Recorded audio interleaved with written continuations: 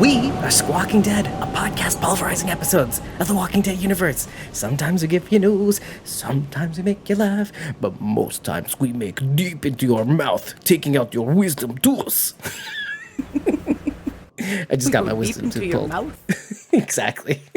And hey, we're here for another fine feathered episode of Fear the Walking Dead, Season 6, Episode 15, the U.S.S. Pennsylvania. Well, it's not the, but whatever, I added the. It's the Facebook, it's the MySpace, it's the U.S.S. Pennsylvania. Well, I think we should talk about this at the top of the shows, so this way we kind of get out of the way, we don't forget. But you said something, we've said this a couple times, and I've kind of brought it back a couple times, that you said, shows should be simple, or simpler. Should be this complicated, should be this convoluted, emotionally draining, emotionally too many parallels. I'm sick of it. It's kind of like the way I felt about JD with some of the smaller Easter eggs repeatedly coming on screen. But like, I didn't mind it. I just ignored it. Yeah. But let's talk to me about what you're feeling here, because this is going to springboard into how you felt about this episode overall. So we might as well get into that, and then we can go into all the things that maybe might save it for you. I don't know. I don't have that much faith in myself today for many reasons. Well, okay, I have made that comment about, how shows, this show, could be a lot simpler and maybe a little bit easier to follow. But at the same time, like, as this is coming out of my face, in my brain, I'm still thinking, but this is exactly why I love this show, is because it's not like anything that I watch. I don't start every episode and know how it's going to end 10 minutes into it. You know what I mean? That gets boring. So as much as I complain about it, I do still love that they do that to us. You know what I mean?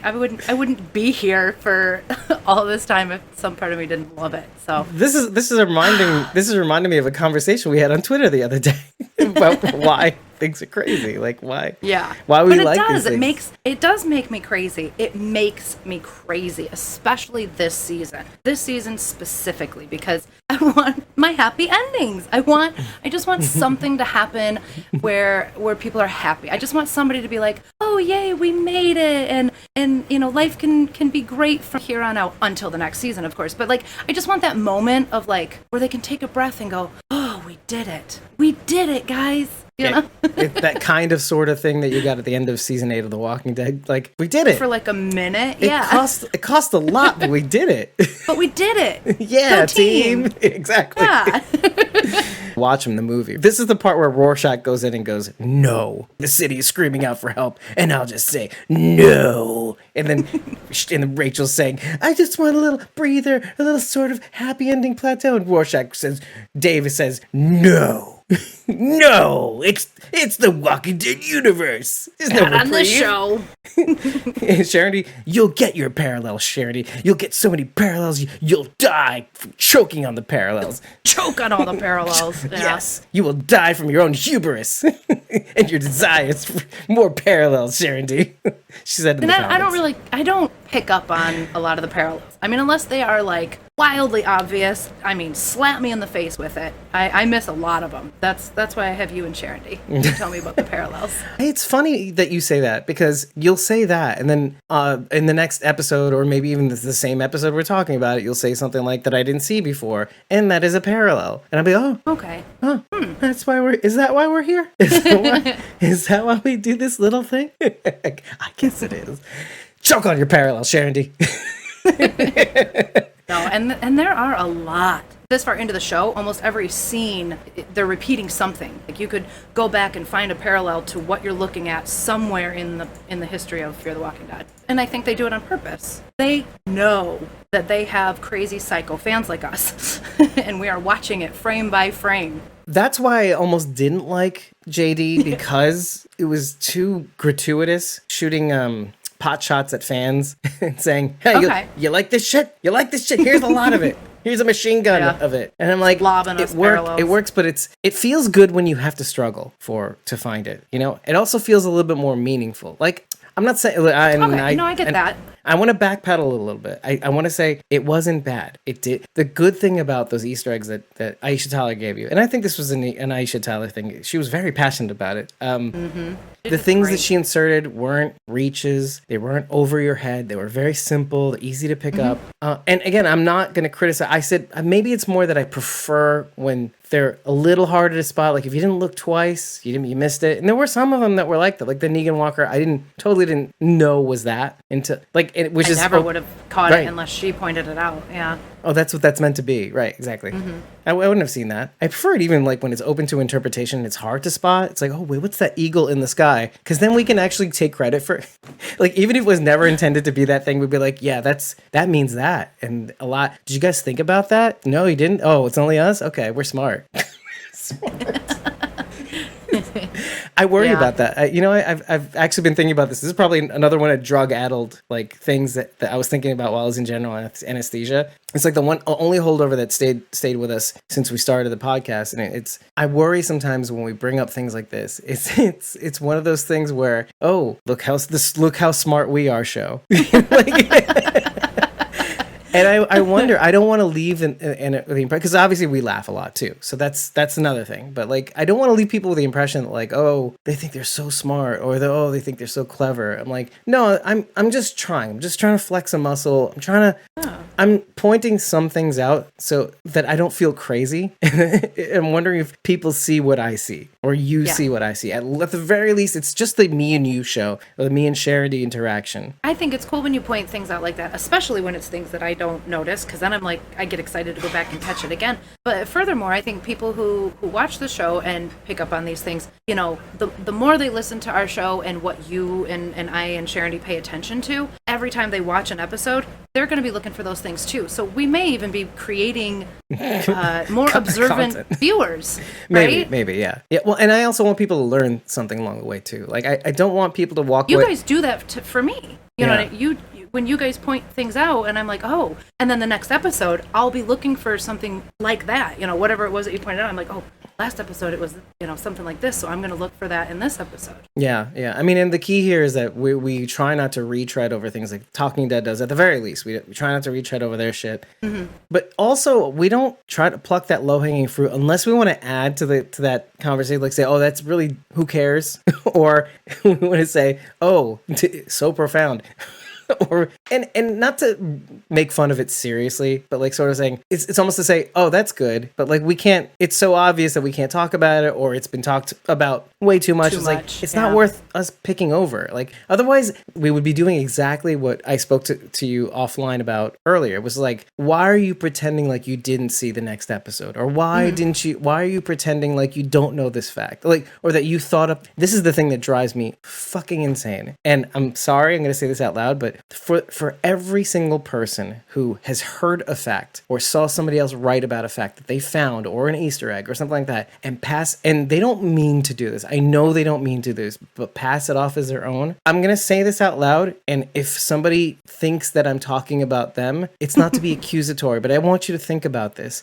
Even if you create a meme or art and it's inspired by something somebody said, it's always a good idea to mention that. Hey, let's just say on the cool factor, it lends a story to what you're trying to accomplish. Like whether it's art, whether it's a meme, whether it's even like, I don't know, spoken word, or like a fan fiction or something. Like, oh, this is inspired by a conversation with my friend and I. Yeah, it adds a story to it, right? But at the very least, on a decent human being sort of level, if you get this idea from somebody, just add that to the thing so that when your friend sees that thing, first of all, it feels good to be recognized and credited. But let's just say a rando picks up a fact, and this is usually the case. A rando picks up a fact or goes to Pinterest, picks up an image, and it's art. Credit that person's art. Even if you don't know what it is, don't start passing this shit off as your own. Just credit it. If you don't know what it is, don't even post it. Try to find out where it came from. If it was a news article, they usually credit those things. If it's Pinterest, get a Pinterest account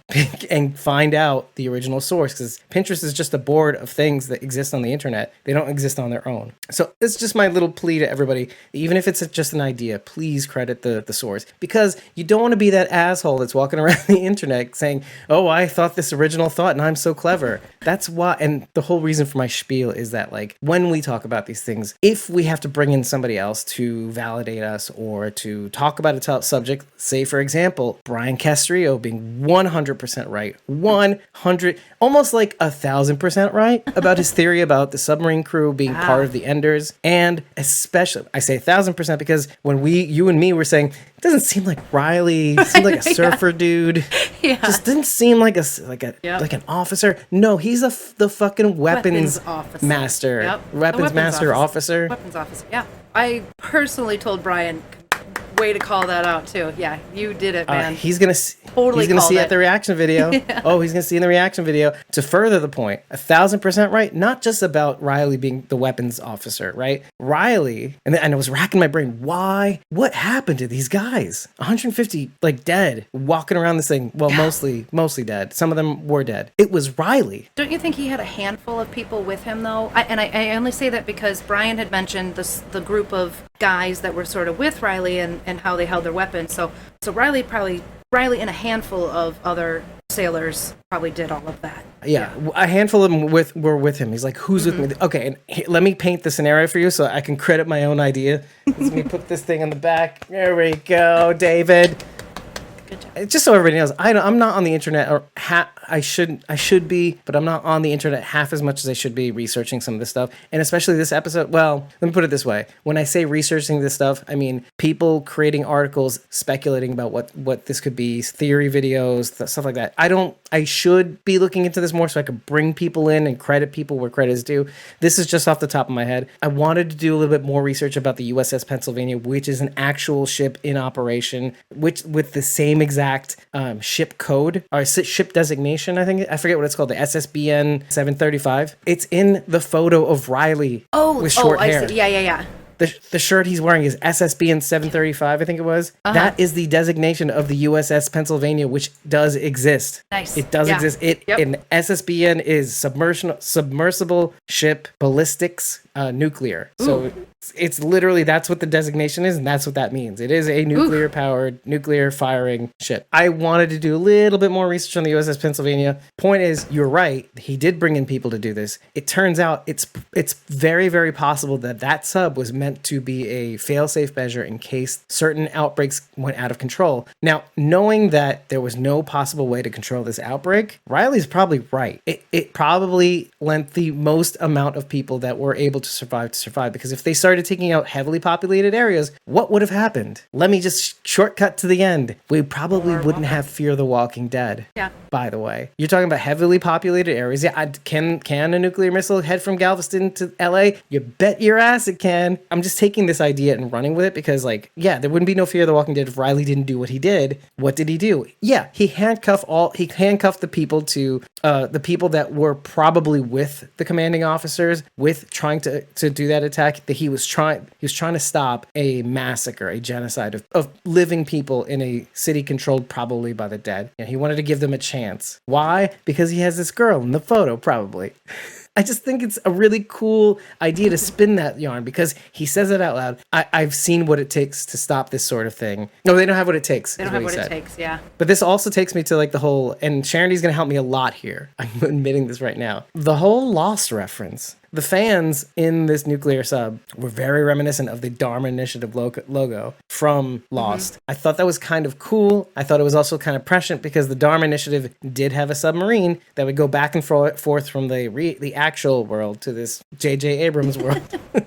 And it was taken over by the others. Obviously, I was going to say later on, but chronologically later on, but from the start of the series or beginning of the series. The only other fact that I know about that was the sub in Lost was called the Galaga. After the video game, literally, because that's all that would play between takes. Oh my god. I know. That's kind of awesome. The only reason. There's no etymology reason, just it's the video game they played, and that was it. I like that, though. Other than that, I thought it was a cute nod, but this is one of those questions that I feel like I need to write down and ask Nick Bernardone this idea of what was the significance to him about bringing in this Lost reference? How did that play into the episode? I mean, was it a conscious thing, or was it just the shape of the fan? It was literally the grading of the fan, and the fact that it was a submarine. Right. I mean, the submarine would shuttle people to the Dharma Initiative, etc. I don't know if they're even aware of that connection until Sharon pointed it out. I don't know. It's a very odd fan shape right. Yeah. to have, and also it had the little middle markings of the Dharma Initiative logo too. Sharon sent it to Michael Sadrzimis, and he responded, "You're freaking me out." About the reference? The meme that she made, the Foursquare meme that she made with the thing. the thing that we're talking about. Let me go back and explain the first one we saw.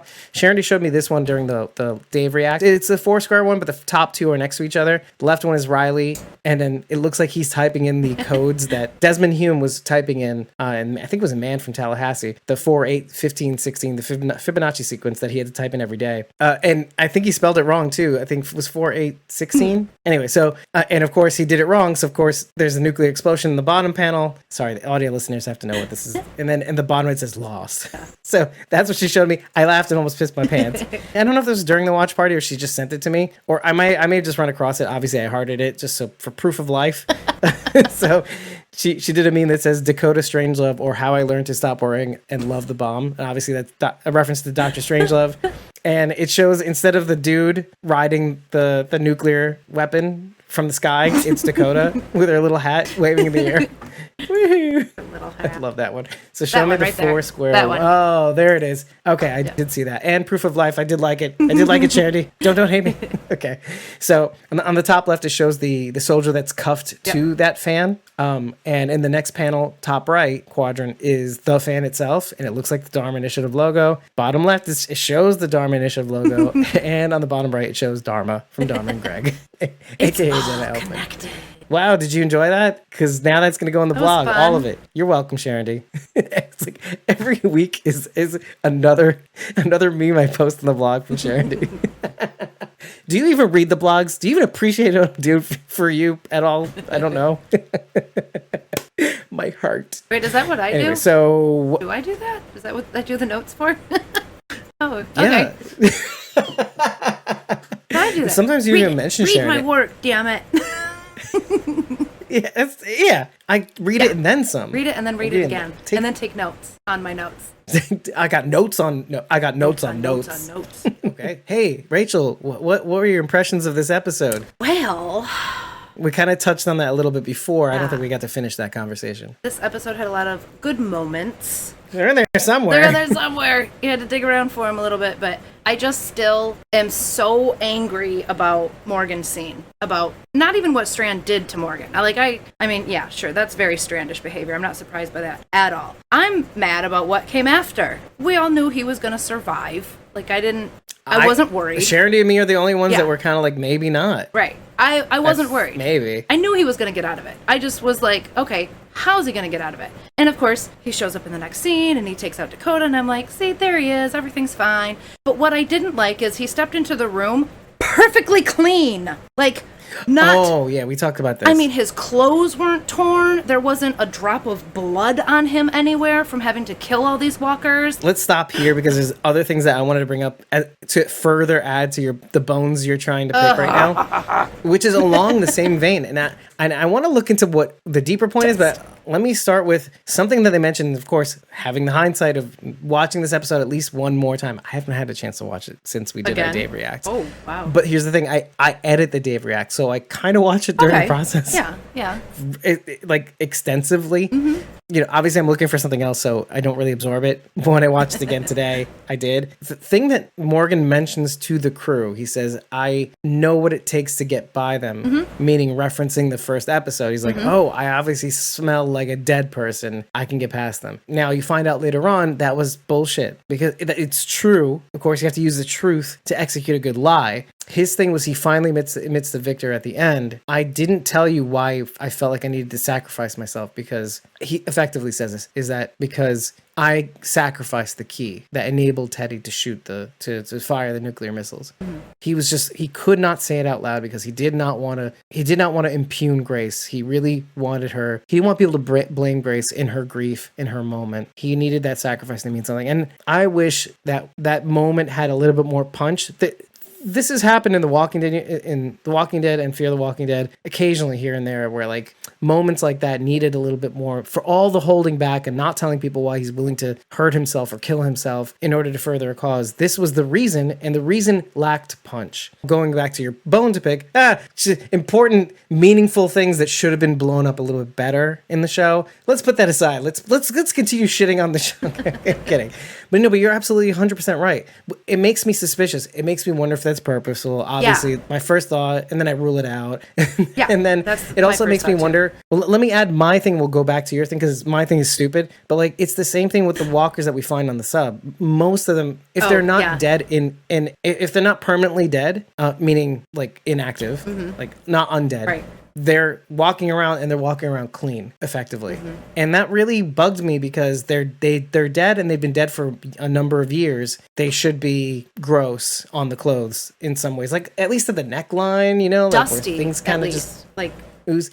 They were. I did notice a little bit of dust, but even then, I that was the only thing I actually thought had cover, because if you think about it, this sub has scrubbers. It's got an air filtration system in case radiation does leak or whatever, keeps it inside the sub rather than outside the sub. I was thinking, okay, you can make an excuse for that. The dust may not be collecting because there's no air. I don't know how dust works. Let me just say that much. I don't know how to. There's no windows to open on a sub. You know, there's no way for pollen to get in or insects to get in and all that stuff. So I thought about that. But the gross shit coming off their faces and things. Maybe I don't know enough about walkers in a it's not a vacuum tube, but it's something. I don't know. Going back to your thing, yeah, totally. That's weird. That is very weird. Yeah, and I mean, unless he's just that good. And furthermore, I am irritated about this, but I will get over this. We're never gonna find out how he got out of that situation. At least with Glenn when he slipped under the dumpster. You don't think? No. Oh, shit. No, I don't think they're ever gonna tell us how Morgan got out of that situation. Let's make something very clear. This is something that I also needed you to remind me of to talk about. You had mentioned that, and this is something I hopefully will bring up and come back to this point. You had mentioned that you and Sharon had watched the season finale because it was available in other markets. Because of our Memorial Day, AMC delayed 15 and 16 for the following weeks. I think it was Fox Entertainment, which controls it's a huge entertainment conglomerate that distributes AMC properties to like Turkey, to Spain, to England, to Australia and New Zealand. And they actually continued airing 15, 16, the week after 14, etc. So they didn't have that skip. So people last week got 15. People this week got the season finale immediately after it aired. I think it was on Monday morning, I want to say. Monday noon. You, among those people, know what the season finale looks like. So when you say something like, we will never know what happened to Morgan, you have that context when you make that statement. Because again, trying not to lie about what we know and what we I don't know. You don't have to say anything else, but I feel like from what you just said, whether he lives, dies, this or that or the other thing, it just doesn't matter. We're not going to know what happened because maybe to the show effectively it doesn't really matter, considering maybe the outcomes or if there is even an outcome. I suppose, but this to me was less convincing than Glenn's scene with Nicholas. When everybody thought Glenn had died, I wasn't scared for Glenn in that moment either because he had Nicholas with him, and I watched him pull Nicholas on top of him. So I was convinced of what had happened, and then they just showed me I was right, and I'm like, okay, cool. But with Morgan, like, it was just him. There was nobody else to, like, take the bites. Fall on him. There was no one there to protect him. Like, and they, like, those walkers, every single one of them had a hand on him. All of them. Oh, you know who it was? You know what it was? Don't say Madison. No, but that's a better answer, actually. I said it in the reaction video. I said, oh, Dwayne Jones. Dwayne Jones confirmed. Yeah. It was the body of Dwayne Jones. Oh, that would be awesome. Can we get a fan fiction writer to write that really likes Dwayne Jones? Dwayne was on the sub and saved him? Yeah, and he had died. Yeah. Meanwhile, he died, practically just after the apocalypse. So the running joke that we have, Sharon D and you and I, is that Morgan activated his death stink when he was being attacked, and it just shot off a cloud of walker smell, and all the walkers just went, oh, you're one of us, okay, and then they just quietly walked away from him. You're like super one of us. To me, I mean, it's the only thing that makes sense, right? Well, that's what I was saying before. I was like, oh, he knows how to get past. I'm like, that's bullshit. He does not have. He doesn't. It's been months. Yeah. If he had sepsis, he'd be dead right now. Like after. By the way, you're talking about. If we're counting the months, we're talking about like at least. I want to say at least 6 months because it's no 8 months. I think 8. Yeah, sounds better because we were. I'm sorry, I don't know math. It's 7 months because it was 2 months after we lost track of Grace and she was finding out that she was pregnant. So give a little 2 weeks leave from the time she finds out she's pregnant, and then the month and a half we lose track of her in the first time we see Morgan after he was shot in the water. Which was another 5 tower. weeks after season 5. 5. Yeah, exactly. 5 or 6, 5 or even 6, whatever it is. 7 months of sepsis. Yeah. You wouldn't last 7 hours? No. I don't know. I'm kidding. Like 7 days. 7 days. I'll give him 7 days to live. We'll use Hollywood metrics. So yeah. I'm just being Morgan. Yeah, practical. Morgan he's been annoying the piss out of me for a while, and this episode he just annoyed me even further. Is it Morgan or is it what happens? No, to it's him? Morgan. It's Morgan. I don't. Okay. I don't like this. I have to take on everything attitude. I don't like this everything's my fault attitude. I don't like that. I feel like he's throwing himself a pity party, and I'm not attending. Let's use the silver lining first because it'll front load all the things, all the frustrations we have in the back end. I wrote in my notes that just like he did with Alicia, when Victor says just live, first of all, he's not wrong. It's like, oh shit, man, for all the frustration we have towards Victor near the ending section, he delivers some incredibly apt whoppers to Morgan. Just like you, as much as Victor was you, Rachel. I am frustrated with you, dude. You told us to just live. You're fucking lying. What is the deal, Morgan? Why are you going after him yourself? Yeah. Why? Yeah. What? Oh, yeah. Tell us more about that. Huh? Why do you have to do it? Normally, you just on TWD, you just walk off into the sunset. No, this is Fear the Walking Dead, bitch. And I'm an original character, so you gotta answer me. You're on my show now. That's another thing I'm gonna. You're on my show, bitch. That's right. Let me insert this parallel quickly before we move on. But Morgan is doing exactly what John Dorie Sr. did. Oh, trying to get Teddy at all costs. Oh, yeah. Mm-hmm. Instead of living and being there for this is the thing I thought in my dream state. Sorry, but it was crazy, right? Like Morgan just flowed into John Dorie's. Holy shit! That's so right, Dave. You're right, Dave. Where's our wisdom tooth? I don't know, Dave. Anyway, so. Okay, Dave. Yeah, okay, Dave. Whoa, everything's trippy. Anyway, instead of living and being there just for his friends, allowing them to be there for him, he is driven to sacrifice for them because he feels he owes them. And it's different than John Dorie Sr., but it's not undifferent. But the silver lining is that just like in TWD World Beyond, he learns fast. Well, it took him a couple of years, didn't it? Morgan listens to Victor like he did with Alicia eventually. And that is the takeaway. But even though he keeps doing this, okay, I think that was the last moment where he stopped frustrating us before Victor starts frustrating us. It's actually perfectly timed too. The moment Morgan accepts Victor as being right is the moment Victor takes this opportunity to be the right one, to be the savior. This is something that I've said over and over again to you particularly because you kept assuming, oh God, we're not both wrong. We're not both wrong. Isn't that crazy? That's the Queen's Gambit again. This is what I was predicting. Okay, what is the move? The move is this. I kept telling you, no, he's doing it for everyone. He's definitely not doing it for himself. He's doing it for everyone. However, you are 100% right that he's doing it. He wants to take all the credit. And I listened to you. I said, oh, I know. Because what is he doing? The same thing motherfucking Teddy's doing. Information control. He says, I want to be the one to do it. Listen, you probably hated the conflict between Morgan and Victor. There were some nuggets in there. Like, you loved the idea that the conflict existed. But, like, part of you was like, why is this so fucking complicated? Why is this happening? I just wish Strand could admit that he's a bad guy. Just fall into your role. Right? I've been saying that for a long time. Who were you saying about that recently? Well, Dakota too. And what did she do this episode? She listened. Oh my God, they listened to Squawking It. No, they're not. We just thought about this last week. They had this in the can 2 months ago. Anyway, so.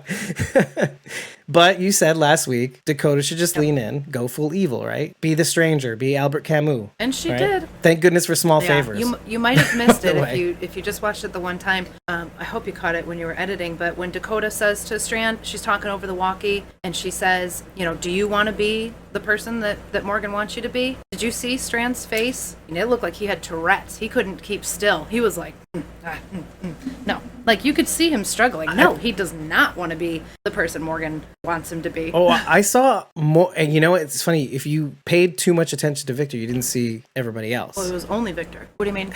No. When she says it, it spends the most time on Victor's face, sure. But as she's saying it, you see other people react to that. I didn't have enough time to know the particulars, but other people were also reacting to her statement as well. You know, the way that Morgan wants to live. Why is it that people, and this again goes to the beginning because we're near the end, aren't we? Mm-hmm. In the beginning, what does Teddy say it takes to both get people to follow you and also to get them to die for a cause or for you, let's say. You got to offer them something they want, something to believe in. And then the two is you got to be willing to die for them, or die with them. Which he's not.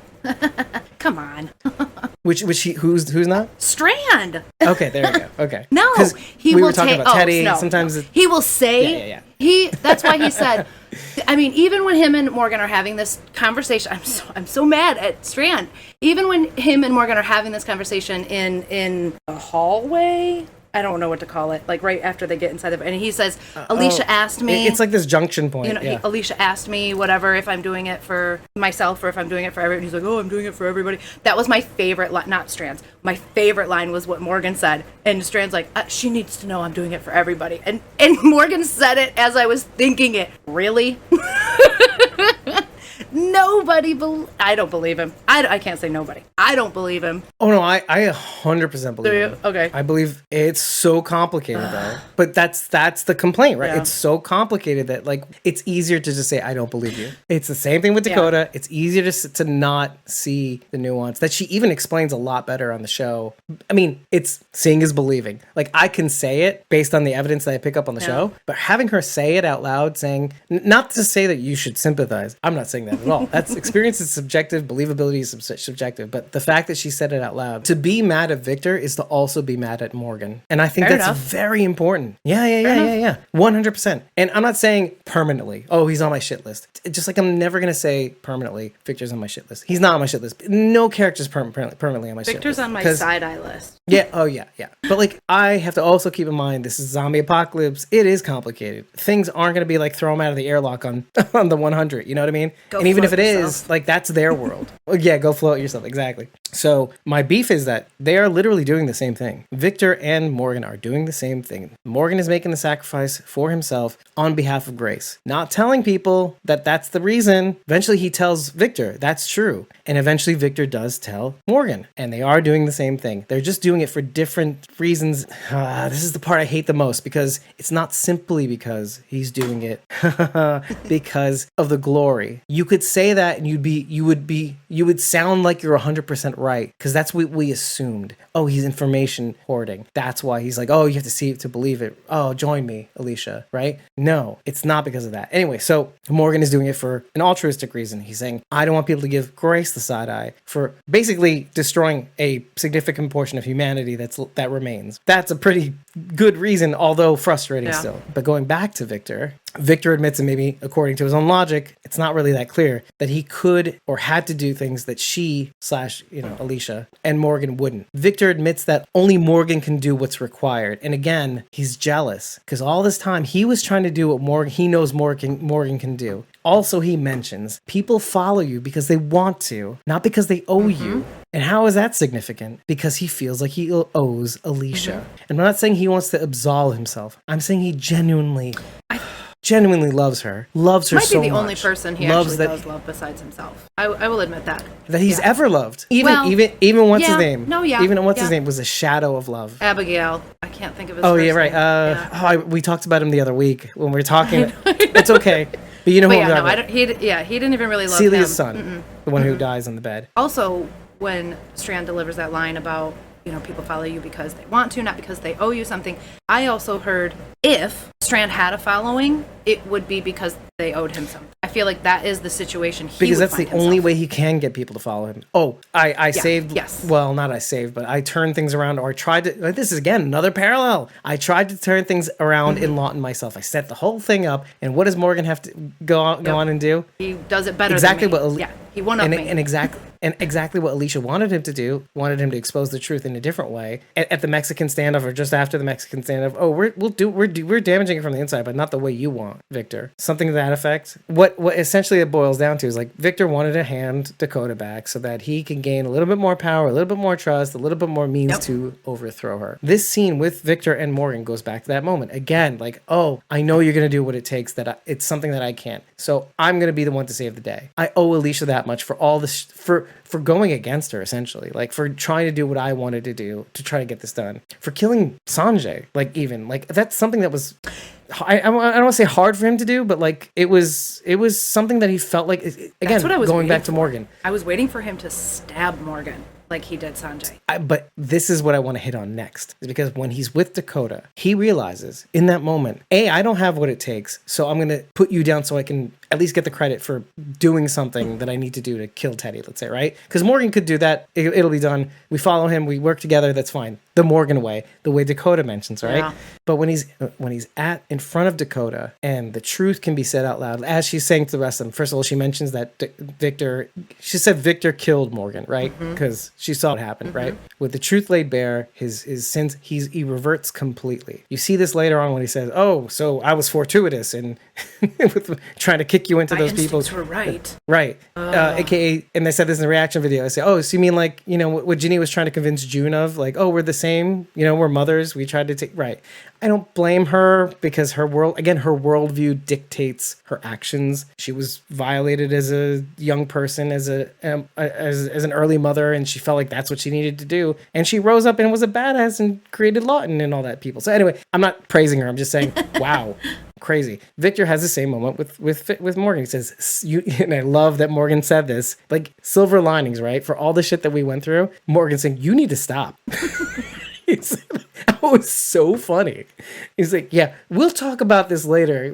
For now, you're in a timeout." Yeah, yeah. I need bodies right now. So with Dakota in front of him, Victor just submits. He has nothing. For somebody who always has something to say, he has nothing to say. He can't kill this kid, even to save his own life. Remember what we were talking about with Cole? Cole even is like cornered, completely surrounded. Alicia's got a gun through a body, a living undead body, whatever, an undead body. Like, is that not convincing enough, Cole? And yet Cole still feels the need to raise that shotgun, right? I noted that because there's something significant about seeing somebody cornered. What do you do when you're cornered? Victor, when cornered. And this makes me feel like he's not as bad as I think, is that he looks. He's not as bad as he looks. This is like the classic Victor. That should be on his tombstone. I wasn't as bad as I looked. But in that final hour, he submitted. He did not have, it's him admitting to himself, "I do not have what it takes. I talk a big game. The only way I know to motivate people is by," and not even that well.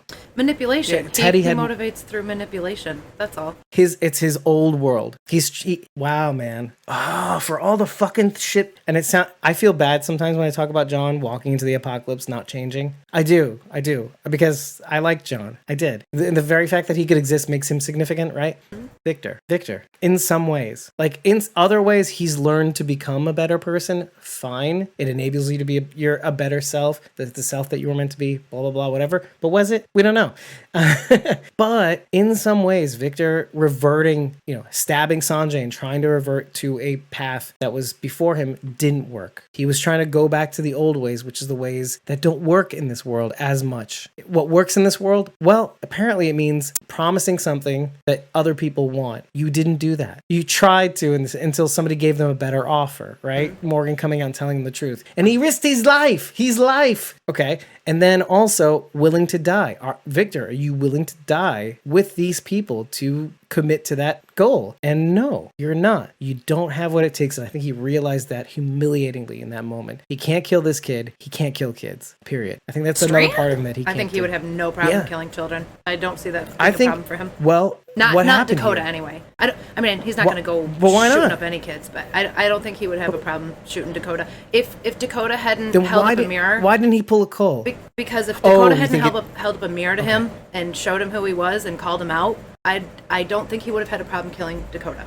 But she told him some truths about himself that he didn't want to hear. That he listened to. Yeah. And I think it kind of shook him a little bit. But if she hadn't have done that, I was all right. I'm like, yeah, shoot her. There's someone who will take her out. Yeah, Strand will do it. I'm in love with what you're saying right now in some ways. But there's always that part of me that's like, but if he is that kind of person, wouldn't he be angry about it? Or do you really, and this is, I'm more challenging you than I am, really, because I know you have said a lot of things about the kind of person that he is. Yeah. But if you're saying that that's the case, that we finally reached a bottom for Victor, then there is a semblance of remorse. Or, do you know what I mean? Like, there's a semblance of, I know that you're not saying Victor is a terrible, horrible human being that is a villain, right?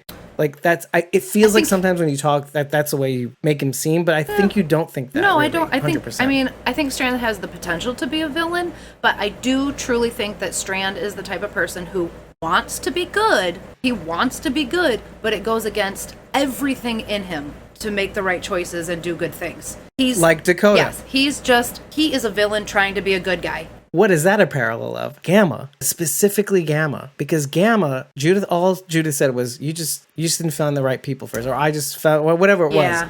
Victor found the right people first. Actually, and Victor had the foresight to know, or maybe didn't even know how good of the right people he found.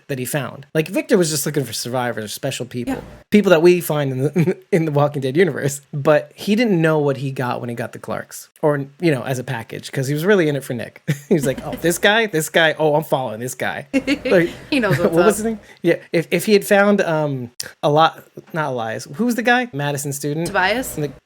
Yeah. Elias, Tobias. What's the difference?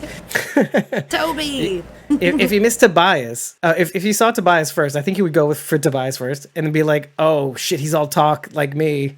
Like, I don't know. That's how Tobias died. Victor found him first and got landed in it. Yes, we know. Now we know the truth. We know the truth. I really want Tobias to make a comeback. I want to see that kid again.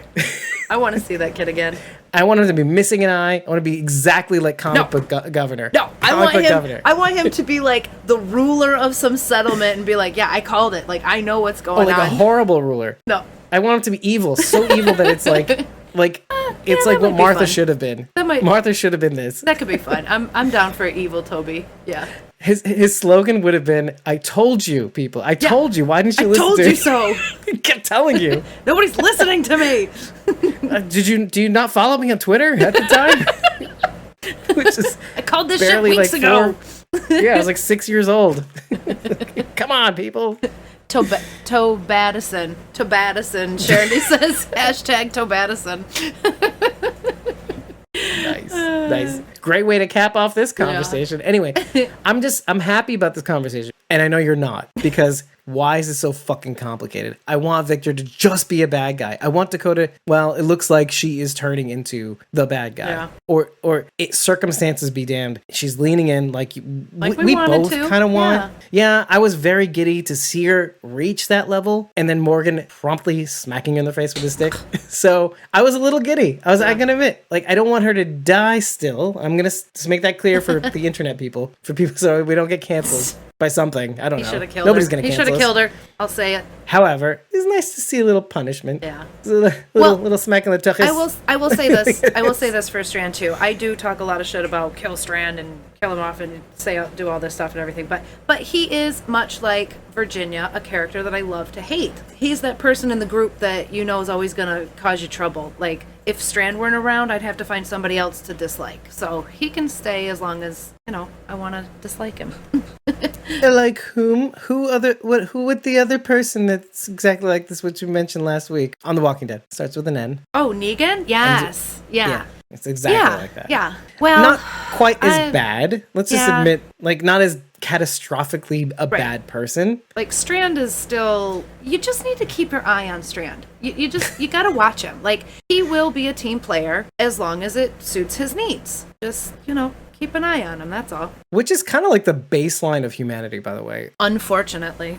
I think it's wonderful that we've evolved to appreciate cooperation as a personal survival mechanism. This is something I have learned over time, is that evolutionary biology is so crazy that we're inherently selfish people and fearful people, like lizard brain, right? Sure.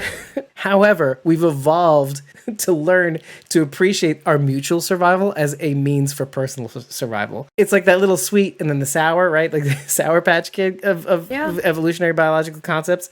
But I love it because it means that maybe millions of years down the line, we invented Christianity. Again, not trying to go into a yarn about how great it is or anything. I'm not Jewish, hello. But this concept about forgiveness, it comes from that desire to put the needs of the many over, or the well-being of the many over the needs of the few. Meaning, if the more we forgive, the greater the whole is, and the more accepting the others of other tribes, let's say, of the stranger, of the, and this is an evolved concept. It's like, oh, well, what if we introduce this concept of forgiveness? If we do that, there'll be less killing, there'll be more well-being. Just because you forgive somebody doesn't mean that they forget about their sins. You know, they still have to live with them. You know, this is something that we didn't account for when we started killing people for simple things like stealing, or more complicated things like murder and self-defense and all that stuff, right? But forgiveness, on the whole, not a bad idea. Okay, let's do that. But anyway, so I just wanted to include that because I want to go back to this comparison, because like when I compare Negan to Victor, sometimes I'm like, it really does put a lot of things into perspective in many senses, right? Because Victor is all about trying to personally survive, which I'm 100% if we had the fortitude and the cleverness and the wherewithal and the charm, we would be doing. Yeah, I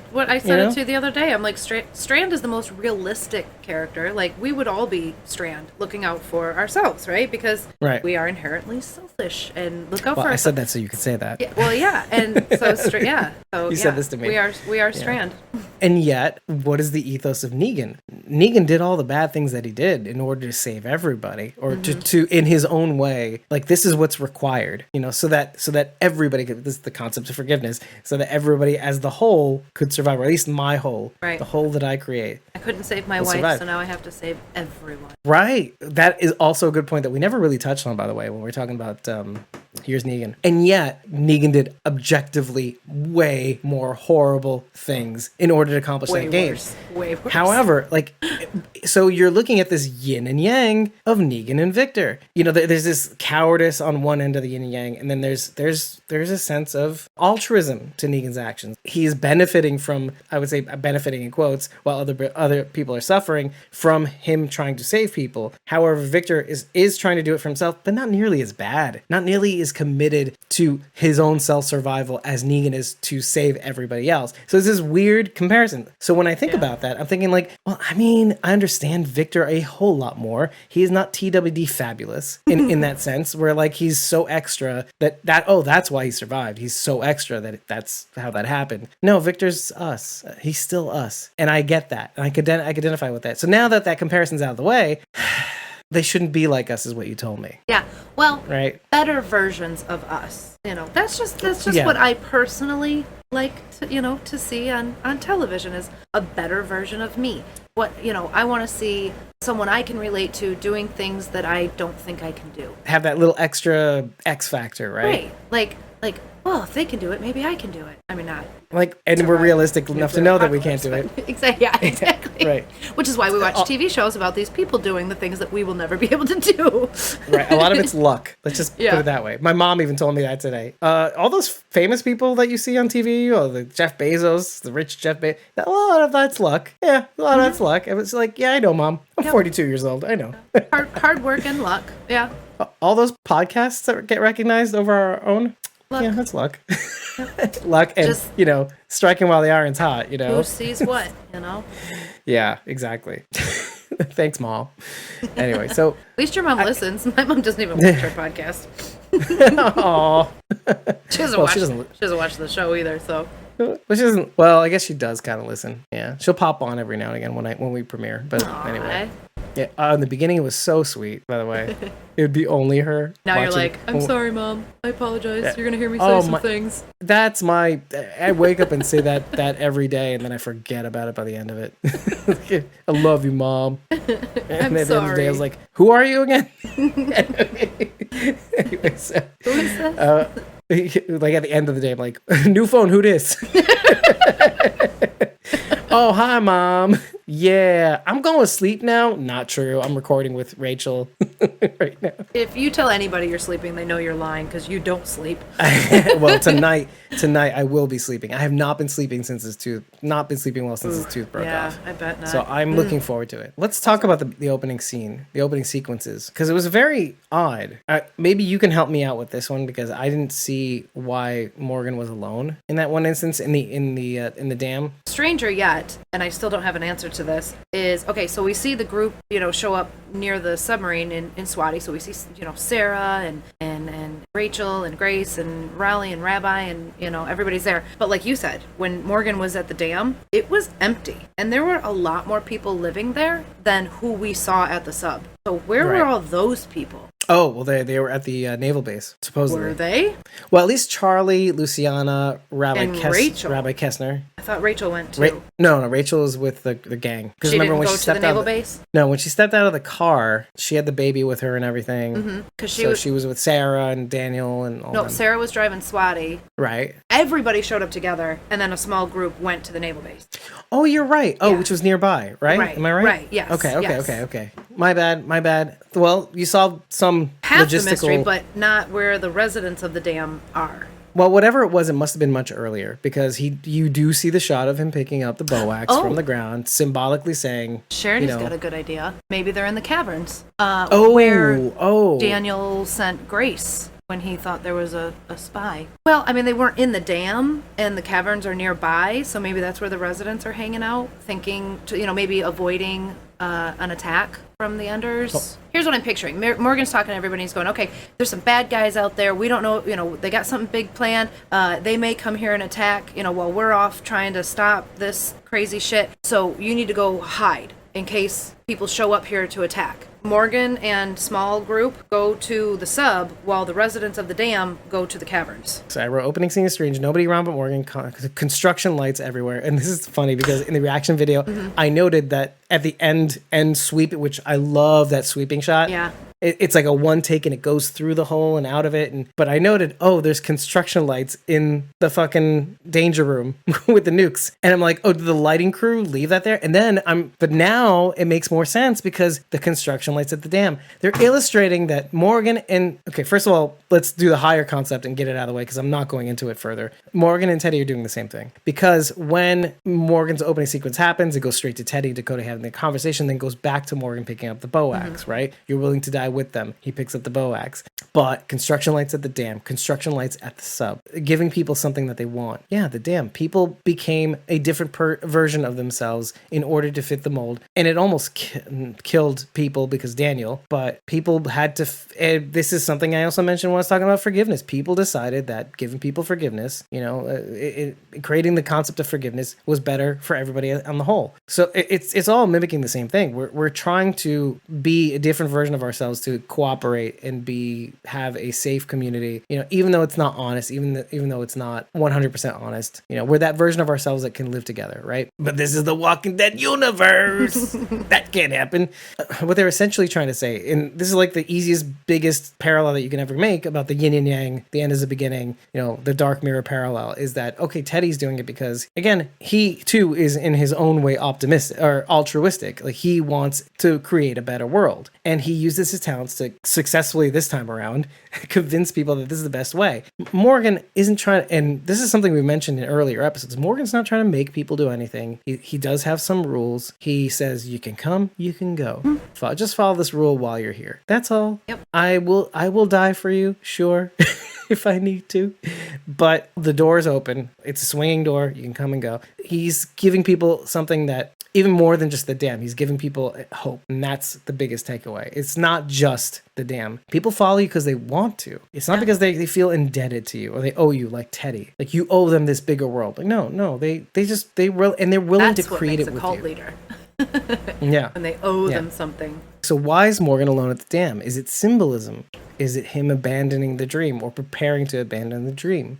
It did feel very much like he was sort of saying goodbye to the place, didn't it? He was looking at what it took to keep it going. Yeah. Like, look at the bullet holes in the front. That was him peeling in to kill those walkers with Swati after Daniel had let them loose. Right. Good to mention because people would be like, where's that bullet from? Holes? Yeah. And Eric asked me. And there are people like that. Yep. Mm-hmm. Oh, that's a good observation too. Oh, Sharon D. Yep. You said exactly what I had said at the end of JD. be that, okay, what I said there was when June was getting into the car, standing up at the edge of it, looking back at the cabin, John's cabin, she looked at it as though this was going to be the last time I was going to ever see that again. AKA last time I was going to see John ever again. Saying goodbye. She's saying the same thing about Morgan in this moment. Yeah. She's like, this may be the last time I see the dam. Yeah, that's why I said it felt like a goodbye for Morgan. Now, it goes a little bit deeper, given what he says at the end of it. Like, it could be specific to the thing he mentions to Victor about Grace, giving up the nuke key for Grace, for the sake of Grace, because it has to mean something. But I just don't want people looking at Grace differently because she did it. I need her to be a part of this future. She deserves it. She's earned it. She saved all of us. I mean, from the nuclear meltdown, she's been through so much. It wouldn't be fair for people to remember her last thing being a huge mistake, possibly. Or actually, if the nukes are in the air. So even more so. And yet Victor's the one who knows it, which makes me think, by the way, that this is just a side thing, that Victor's days may be numbered. Wait, Victor knows what? Victor knows the truth of why Morgan insisted on being the one to go through sacrificing himself to possibly get the key back, because then it's him salvaging that mistake. Victor knows that Morgan gave Riley the key, even though he didn't tell him. Is that what you're saying? No. Morgan explicitly told him, "I gave Riley, that guy in the photo, that key." Oh yeah. Well, I mean, did he say that? He said he's the one who attacked us. But did he say when Grace gave him the key? Well. And then he finishes up later on saying, that's the reason why I've been doing this, because I'm responsible for giving up the key. Grace is the one who told it, who may be given the key, and I just don't want that mistake to go unnoticed. Yeah. Oh, so so it's piecing together these two conversations to like a Tetris thing where they lock together and they make a full conversation. Yeah, this guy attacked Grace when she was about to give birth, and then this guy has the key with which to use the nukes and stuff. Like whatever, you get the idea. Which means when somebody has that information and he's one of those characters that we mentioned, like kind of like Negan, but also kind of like, well, he's a little too complicated now at this point where nobody likes him because of what he tried to do to Morgan, and he's alive now, but now he has information on Morgan and on Grace. So now we're put in the position of maybe Morgan may end Victor because of that information, right? That little bit of information, like, and this is not what I anticipated. I will say this out loud. What was the thing I said that might happen to Morgan is that it might come down to Grace versus everybody else. No. It might come down to just having to put down somebody that has information that could put Grace's status among everybody else in peril. Well, that would still be Grace versus everybody. I mean, in this case, it's just one person, but that, but it's the knowledge about Grace. Everybody category. But now that's far more compelling than a simple elementary thing that came out of my stupid head. Like, is Morgan willing to kill Victor to be that 17th somebody in order to keep the knowledge of what Grace did safe among her peers? Or is he willing to let Victor walk into the world with this knowledge, have that against him, something that Victor says, oh, I needed to have something against him in order for people to fall in line with me. I needed to have leverage, right? This is Victor's MO. If I have leverage, I have the means of which to con you. So Victor tells Morgan that he gave Riley the key, right? In any of these discussions or conversations, does he blame Grace? Like, why would... So Victor would have no reason to blame Grace. Well, of course he does. He knows the truth. He knows that the whole reason why they're in this predicament is because Grace was the one who gave the key to Riley, which with one key they can't do anything, but with the other key... Wait, that was what I just asked, though. How does Morgan know? What? How does Victor know that Grace yelled at Morgan to give the key? Morgan's taking the responsibility on himself. He says, I gave him the key. So why would Victor... I allowed it to happen. Because he had the key on him. Right. Morgan had the key on him. Exactly. So if I'm Victor, I'm blaming Morgan, not Grace. I guess that's true, too. But I guess the reason why he had to go after the key to begin with, because it's Morgan. Morgan is altruistic. Oh, yeah. It means something that he allowed that moment to happen. So he needs to make it count for something. Like the specific thing that he says to Victor is, I need to make that mistake or that sacrifice mean something. Her losing the baby at the same time. I need that to mean something. It can't just mean nothing. Her idea or her thought or her thing that I believed in at the moment for her sake. But then Victor can just turn around and say, oh, Grace was responsible for you doing this. Like, manipulating him and saying, yeah, you did this because of Grace. I'm going to tell everybody that Grace told you to do this. And then, or something to that effect, right? Yeah. It would be a thing that he could potentially do, and Morgan knows Strandish behavior. That's what I mean. Yep. Right. The means by which he can gain leverage. Right. Oh, absolutely. Something that he mentions to Morgan, something's the only way I could get people to do things. Not because they want to, because I make them. Or I make it feel like they have no choice. Yin and yang, baby. Yin and yang. And what's crazy is that we've seen people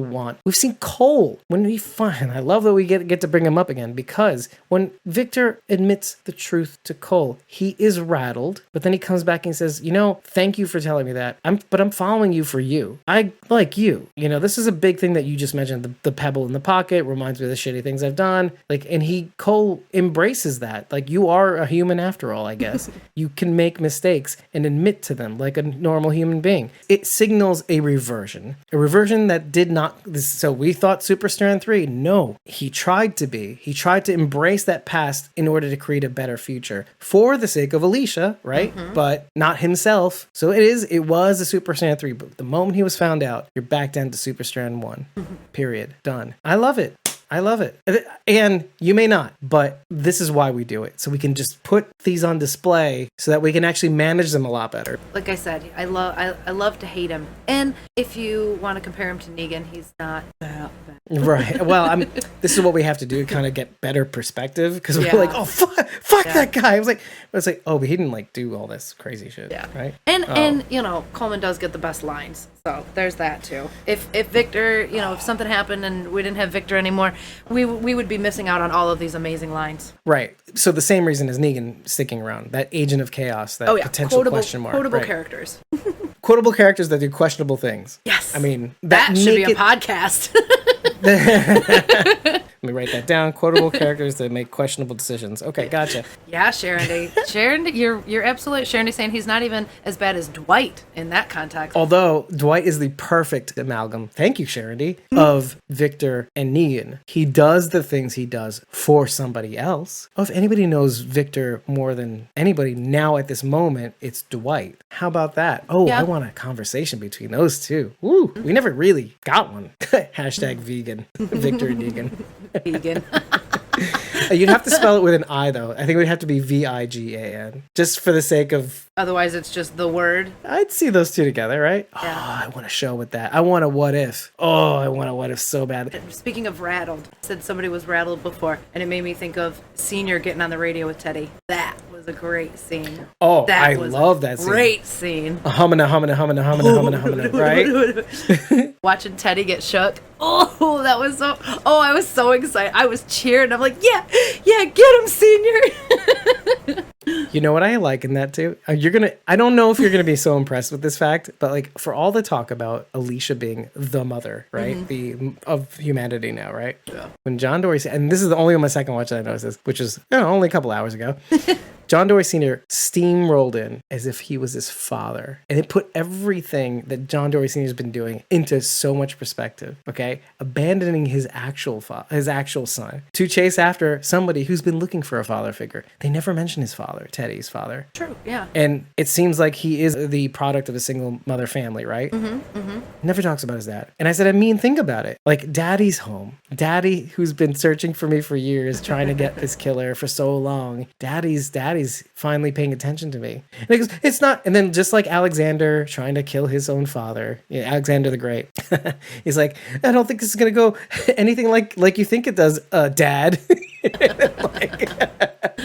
There's phalluses flying in the air. Come on, people. Read the room. It's hard to see a father-son dynamic there when they appear to be close in age. Well, hard to draw that for me. But then again, Teddy does have that childlike demeanor. Yeah. In his own way, and Senior definitely is the adult in the room. Actually, compared to all of those, both in age and in demeanor, he's like, I'm buttoned up, straight laced. I'm gonna get that motherfucker. Well, even says, whatever. He even kind of yells at Morgan and Strand for bickering over. He's like, "You two done chatting? Can we go in there yet?" Can we kill people? Come on. Let's go, boys. We're all going in. Come on. Come on, guys. Put your coats on. Enough We're going dicking out. around. Yeah. Before, as Sharon D says, before this guy shoots a dicklier bomb. Dicklier. Yeah, it doesn't sound quite right when I say it. Oh, man. Okay, maybe it does. I don't know. Sorry, I've been finding myself thinking about what you and Sharon D had said about that bleached bones set that we find in one of the bonus episodes of The Walking Dead. This was the one with Aaron and Gabe, and I've been thinking about it every single week. The horse and the rider.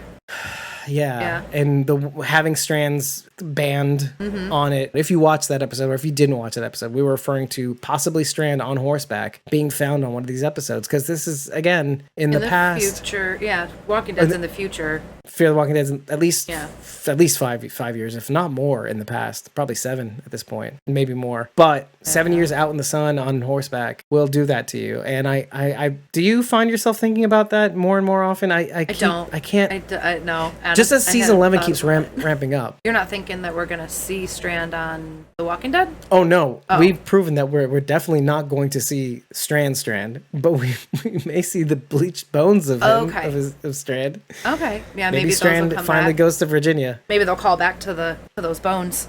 Yeah, or there'll be like a Tales of the Walking Dead where Victor makes a break for it. For Virginia, what Morgan was originally going to do with Alicia in season 4. He goes, fuck that guy. There's a community out there. I could start over again. And then something happens along the way. And we both know that this is a significant amount of distance away from Alexandria, because they're trying to find places that have shit still.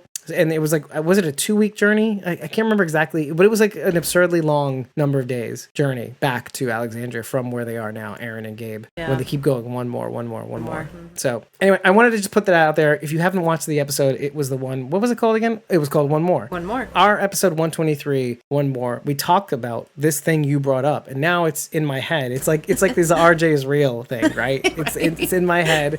And then considering the pioneers, quote unquote, we find in Denai's exit episode, I mean, there's a lot of reasons to think, oh, maybe they're just following Victor's footsteps and happen to find I don't know. Where are the nuclear coordinates? Where are they programmed to hit? My first question would be, do you have to program a target? It's a good question, because then now you're just challenging us, because it's like, oh, we're not experts in this shit.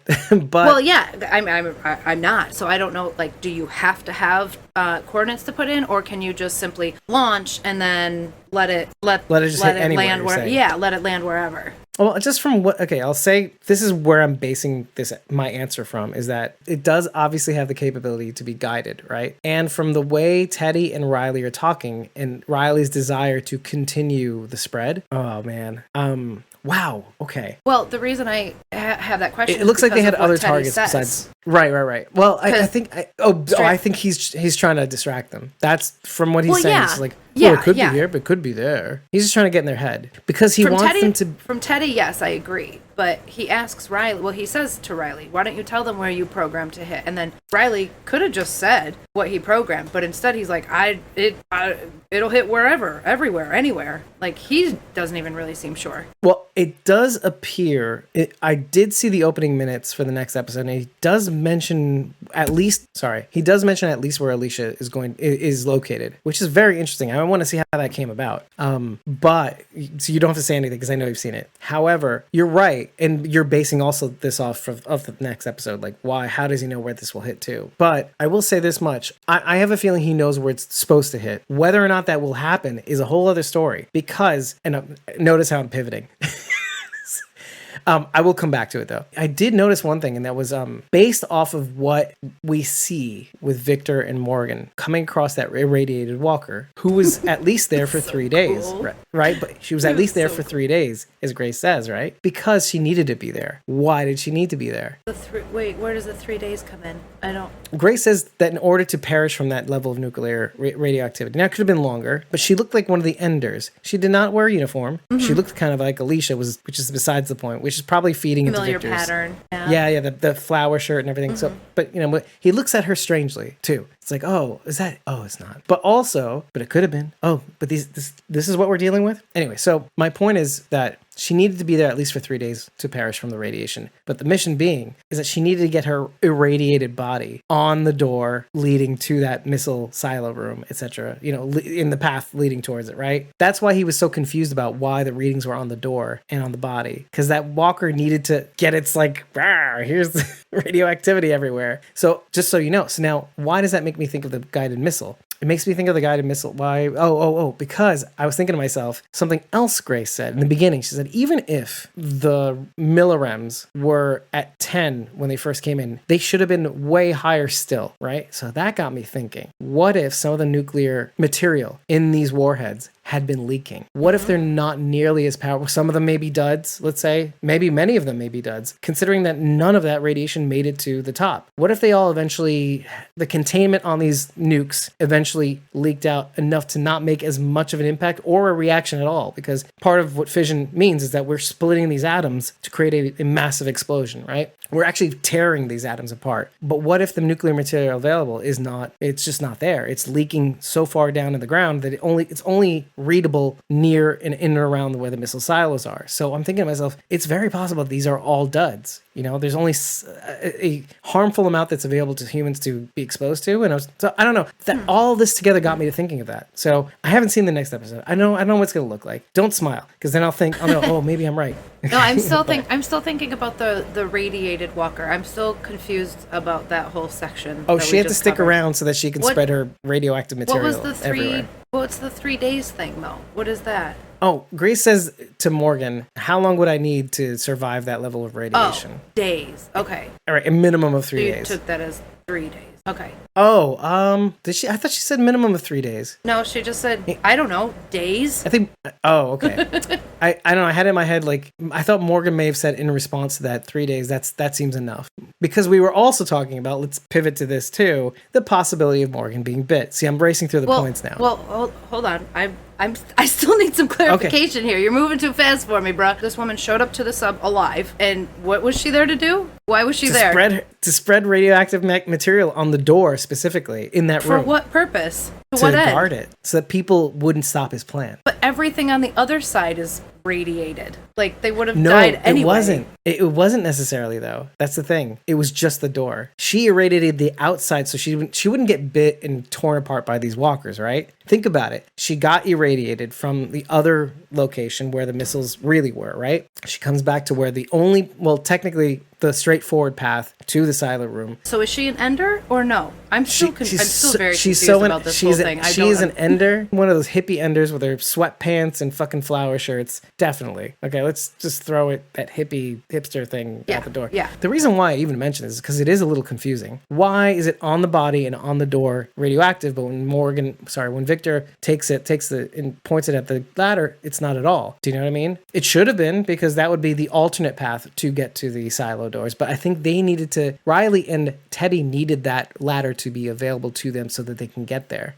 Okay, I guess. How genius. I guess when Morgan was getting all of those readings and Grace said, okay, here's what I saw. It would have Morgan's to be inside. She was telling him that if you're getting those kind of readings outside the door, then it's crazy on the inside. It's exposed on the other side of that door. Oh no, she was saying that to reach levels this high, the material will have to be in the same room you're in. So of course he's pointing at the body, it's the same levels, but then he points it to the door, it's also the same levels. On the other side of the door, it would be the same levels as well. Yeah. That's kind of what she was saying. But it shouldn't be as high outside the door where they're at. Inside it would have been higher, let's say. But it appears as though whether you're inside or outside the door, it's the same levels, let's say. So it occurred to me that they kept an ender around to smear all her boogery radioactive material to protect this room, just so that she can die for this cause. And that's what I'm saying. That it has to be that. Because it doesn't make sense. I guess I don't understand. I don't understand the purpose of her doing that. That doesn't make sense to me. To protect the direct route, let's say. Who's going to go in there anyway with all that exposed radiation? Whether she put it on the outside of the door or not, as soon as they open that door, boom, exposed. They're still dead. Well, they would probably run through that room, let's say, really quickly. I mean, they would think probably that would matter? Then they could just run past her. or I don't know, because when he scans the actual room, it wasn't so bad. That's the thing. I think once they got close to the door, he got the 40,000, over 40,000 reading. Right, but I think because you have to remember, they went over the ladder through the woods to grandmother's house they go.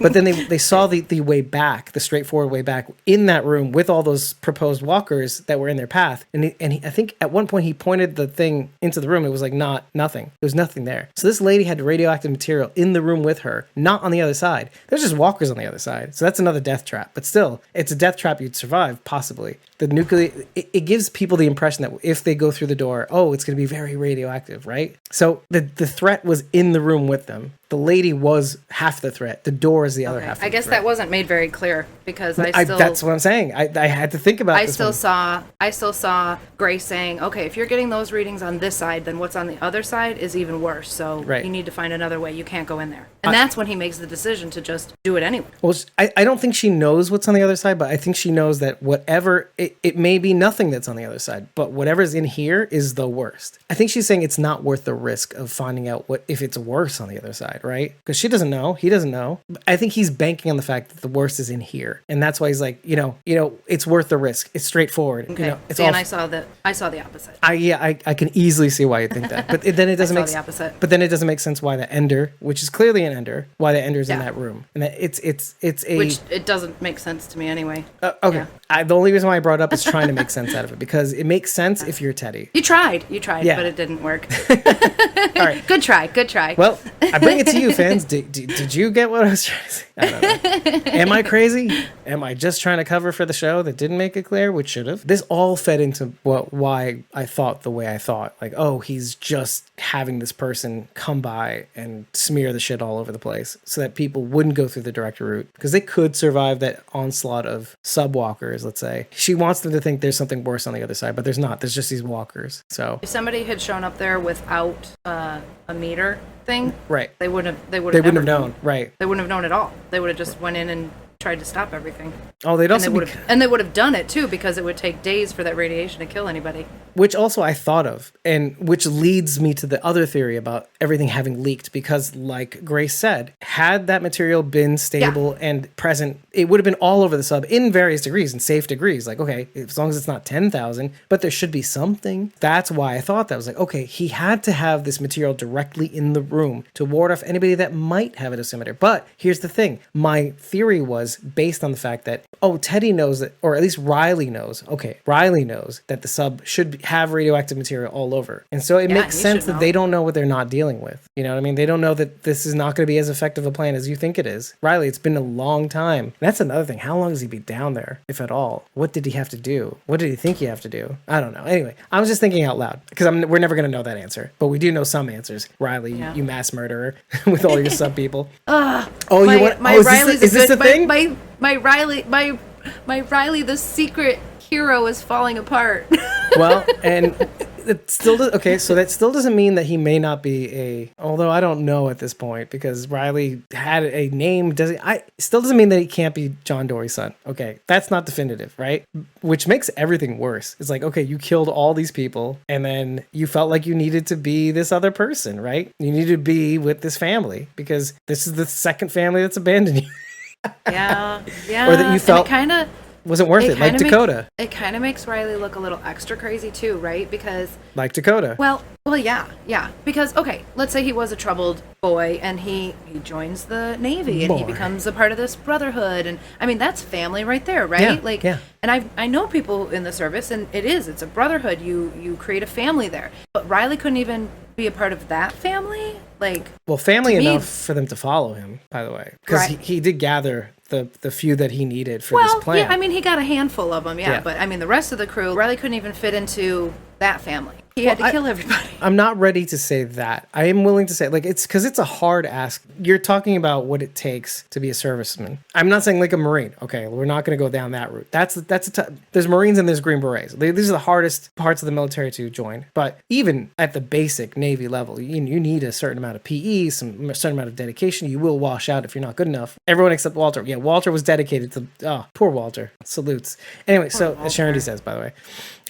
But I will say this, but he was part of that original coup. Just so you know, he's a part of Riley's original coup. Walter was bothered enough. Yeah, Walter was bothered enough, had the other bothered and trusted enough to have the other sub key. Or he could have swiped it. I feel like Walter could have seen what Riley and the other kids were doing and just hightailed it the fuck out of there with the key. Okay. Well, no, because they know. Oh, maybe. It just seems he had the brown jacket similar to the other Enders. I know it sounds so weird, but like, he was dressed similarly to them. So I think to myself, they know enough about where he is, which means they know enough to know how to find him. You could be right. It just sounds better that way. He says, I did all this to not just join a cult that wanted to do the same exact thing that the Marines were going to, the Navy was going to do. I don't want to join the very thing that wants to do the same thing that how fucking psychotic dumb is that? Why are you joining this cult? What, because they have a better messaging? It's like a better health program? Come on, man. What, they got dental? But no, really think about this. Now I'm confronted with this decision. Like Riley literally is doing the thing that he was told to do in the Marines. Or sorry, not the Marines, the Navy. He was told, okay, let's hit these targets so that they're not as bad, so that the population doesn't suffer. And he said no. And he gathered his crew and he massacred the lot of them. And he stopped this plan from occurring. That's what he specifically said to set Teddy. He had to stop this plan from occurring. But what? Then he goes and joins Teddy and decides to do it anyway for people who are trying to rebuild humanity. Specifically, you could judge them on how they're doing it all you want, but they're doing it. And in a world of scarcity and zombie apocalypse, that's just bullshit. Like, Riley is so much worse than the Marines in that respect. Like, you were trying to stamp out the last bit of hope. Oh, they're awful and evil? Well, I mean, of course he's not thinking rationally. Right, okay. But I'm just saying out loud. Think about what you were trying to do. Walker's falling down ladders was a hilarious break from what was happening. Yeah, that was a good point. I thought the walker that had the spine coming out of his back, that was so cool. That was so cool. Which contrasts to the way Walkers generally looked on the sub was kind of, and okay, let's give them some slack. COVID was kind of disappointing, right? I wanted you to weigh in on that a little bit because I'm not really the makeup and gore expert or whatever. The way the Walkers, they generally looked more disappointing. Like they look like, I'm gonna say this out loud. You tell me, you fix me, and you say why that could be. But no, but they looked like they were wearing really good Halloween masks. Am I not mistaken? Do you feel that? No. Yeah. There were a few close-up shots of the walkers, and there was one in particular that was walking down a hallway, and he did like one of these things, and when he opened his mouth, I don't know if the prosthetic was built that way, but it appeared to sort of flare out. Okay. A little bit at his cheeks, and that was the only one that I was kind of like, ooh, he's got a lot going on there. Yeah, but again, being in this submarine that's contained, I don't know how the skin is gonna change in that sort of atmosphere. Hey, look, you're doing the me thing right there. Oh, I like it. and I mentioned it before too. I don't know how whatever the conditions of the air and the movement, is there dust, is there not dust? I guess so. I don't know, but it's just the impression. If it were sealed, do you think they would have like mummified? No, I mean there's still air. From where though? Oh, like, you if it know was all what? sealed up until they. I don't. You know. Let's really think about that for a little while, because you'd have to do a couple of things in terms of math. Okay, we're not going to do them, but what I will say is when Riley left, it's obvious to me that he cut off the power, or the power turned off, or they bought just enough gas to turn the power on, whatever it is. He left, doors are closed, eventually the power goes off, maybe a couple of years later, maybe not even that long. And what happens? The scrubbers are turned off. The fans that we saw, the Dharma Initiative fans turned off. So that means the scrubbers aren't working. The air isn't working. Air is not flowing. So these dead bodies are trapped in here with whatever air is left. There is enough air to last quite a while. I'd have to assume it's a huge sub. So how long, right, would it take for that air to either dwindle and escape? Would it escape? Whatever air is left is going to suck because it's mingled with this stench. But it's still air. It's still oxygen, right? Unless metal will get more corroded if there is any steel in there. The metal will oxidize the oxygen will oxidize the metal. Say, like, it would be something oxate. Okay, I forget what rust is called. So that might get eaten up by the metal. What else might eat up the air? Okay, I don't know. Heat, supercharge the air, causing the particles to bounce and separate. Heat. Yeah, heat. That thing's a big tin can. Maybe. Texas, it had to get really hot in there. Maybe. So I'm just thinking, okay, how long would the air take to dissipate? Fine. Okay, so then maybe as a result, and maybe the flesh even uses the air on the surface of things, I don't know, but after a while there wouldn't be air. There's definitely no air movement, right? So they would desiccate. They didn't look desiccated though, right? They looked just kind of, again, impression. They just look kind of like Halloween masks, like like really, really good Halloween masks, but Yeah. Halloween masks. That might be no, their mouths are still open. I was gonna say that might be a really good thing though, because then the walkers could wear masks underneath the prosthetics, and then everybody would be safer. But yeah, they had their mouths open. Yeah, Sharon D said they would be leathery. I guess they would be a little bit more juicy, I guess, because they're not exposed to the elements, let's say, or the sun, let's say, which would turn them into like more mummy walkers, like Grace saw in her dream. Well, that's why I wondered if they would be sort of mummified in a sealed container like that. Yeah. If Riley had closed the top and everything was sealed in there, they would just sort of mummify. Right, and they have you might be onto something. I guess it's hard to kind of figure out what that would look like too, unless they went back in time to some sub incidents where they unearthed the submarine and all the guys in there had the air that was left looked like this. Oh, anyway, so tell them Marge sent you. Anyway, so Charity says also lightly microwaved. Oh, well, actually, yeah, because of the communications grid. Maybe. Or the inter-sub communications. Maybe. And the firing mechanisms and all that stuff whatever. Yeah. The Faraday cage that's inside. Talk about Dharma Initiative Faraday cage. That is the sub, which would mean that communications wouldn't be able to leave. Which explains the interference. It's not interference. It's literally that the sub is a Faraday cage. It cannot communicate past the door. Mm-hmm. Which is why Grace has to go back up the ladder. Yeah, all the radio waves would bounce off the walls and stuff. Hey, we're solving science. We're doing the science. I noted that the number 150 officers, undead officers or dead, reminds us of season 4, because one of the things that was kind of cool was having the little walker numbers on top of silos, on top of trailers, and on top of other things to indicate how much is in there. I thought it was a kind of cool, like if you didn't really register it, it's there. The vultures are back. We never got to this because you wanted to talk about something else, but what locations do you think are programmed into the programmable nuke warheads? If you had to guess even, just what do you think? Well, honestly, my gut says it's random, but if I had to take a guess, I'm going to guess Riley is going to send them back to the area that they're in, because the whole idea is they are the end. If the idea is that they are the end, then then it has to hit them. Well, I think it's in addition to, if we are talking about specific spots. I had 2 definite locations. I'll say one is more definite than the other. One, you would think I would say Ginny's locations, right? Ginny's franchises. The ones they know of, sure. Yeah. Which was around 10. Okay, maybe. However, I'm going to say what's more definite, and it may be that the nuke that never went off, which is ironic, but I'd say more definite would be the CRM locations. They decoded the maps enough, have the maps, right, to know what to hit.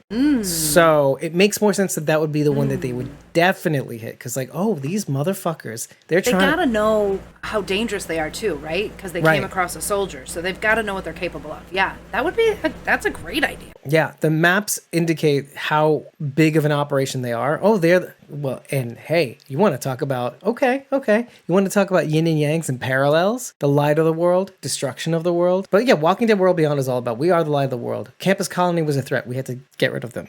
Well, in a karma or dharma way, and technically it is dharma, when you reap the rewards in this world, it's dharma, technically. But having Teddy take out the CRM for the actions or the future actions of, I don't know. See, that's the thing. It's in the past. We just solved a problem. It can't be the CRM. This is why I said the second nuke may have been the CRM's saving grace. Right? Okay. Right, because we've seen CRM in the future.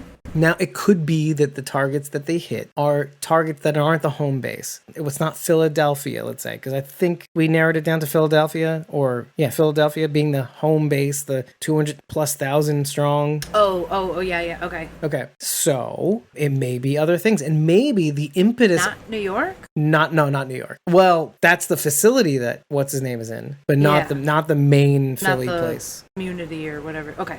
That Hope is hopping. Now, here's the thing. The impetus of the CRM being even more proactive in taking out their targets may have been due to this incident. So it's possible. It's possible that was the reason. Okay, so keep it in the mind. I'm willing to say that it never did happen, and it will happen possibly to Ginny's sites, because it was about 10 franchises. I want to say more or less. Plus or minus the dam, plus or minus what other things are there? Oh, the office tower, maybe, because they may still think they're there. I don't know. Any other places on the death map? The death mural that they have?